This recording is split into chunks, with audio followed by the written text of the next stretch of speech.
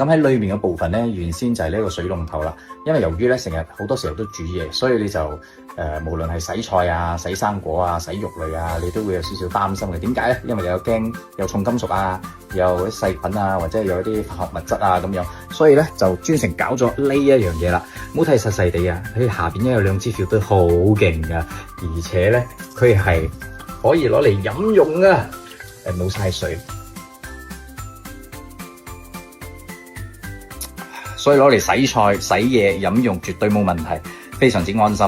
咁咧，凍水熱水點搞？我就整埋呢一個 Panasonic 嘅水機啦，有常溫水啦、凍水啦，同埋呢一個熱水啦。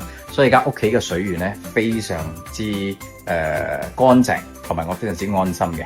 咁我喺 website 嗰度睇到啦，然之後睇到咗之後，我見到阿影隻坑喺個 website 裏邊，我就聯絡去啦。所以如果大家有興